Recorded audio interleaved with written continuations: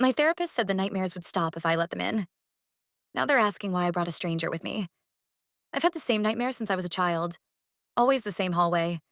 Too long, too narrow, lined with picture frames whose images are blurred out like smudged faces. At the very end is a door. I never see it fully, just the knob, old brass polished by hands that are not mine. And I always hear them. Not one voice, but many, overlapping whispers pressing through the wood. We're cold. We're tired. Let us in. I wake up before I touch the knob, heart pounding, sheets twisted around my legs. The fear isn't just that they'll get in, it's that some part of me wants to open the door. My therapist, Dr. Hale, called it a recurring intrusive schema. He had a calm voice and tired eyes that made me feel like I was just one more file in a long stack of sad people. You're giving the fear power by always running, he said.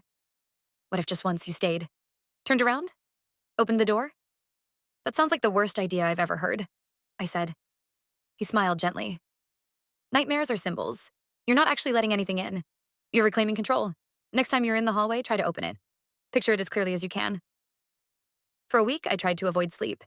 Caffeine, late night shows, scrolling on my phone until my vision blurred. Eventually, my body overruled my fear. I found myself back in the hallway. The pictures on the walls seemed clearer, edges sharper, as if the dream itself had been waiting for me to come back and finish what I started. The whispers behind the door were louder this time, less pleading and more expectant. You promised. You brought us this far. Let us in. My hand lifted on its own. The brass knob was cold, so cold it burned. I hesitated, hearing Dr. Hale's voice in my head. You're safe. You're in control. I'm in control, I repeated aloud, though my voice shook. The whispers quieted like they were listening. I turned the knob. The door swung inward onto darkness, thick and complete, a black so deep it felt like falling. For a heartbeat, nothing happened. Then shapes moved within it. Not bodies, outlines of absence, places where light refused to exist. They slid toward me, pressing around my shoulders, my chest, my mind, and then I woke up on my couch, tears on my face, and a pressure in the room like too many people trying to breathe my air. The nightmares stopped after that. At my next session, I sat down across from Dr. Hale, strangely calm, like a fever had broken. He frowned before even opening his notebook, eyes darting to the empty chair beside me, then to the corner of the room. Who did you bring with you? He asked.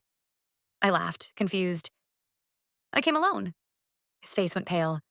He stood up slowly, never taking his eyes off the space just to my left.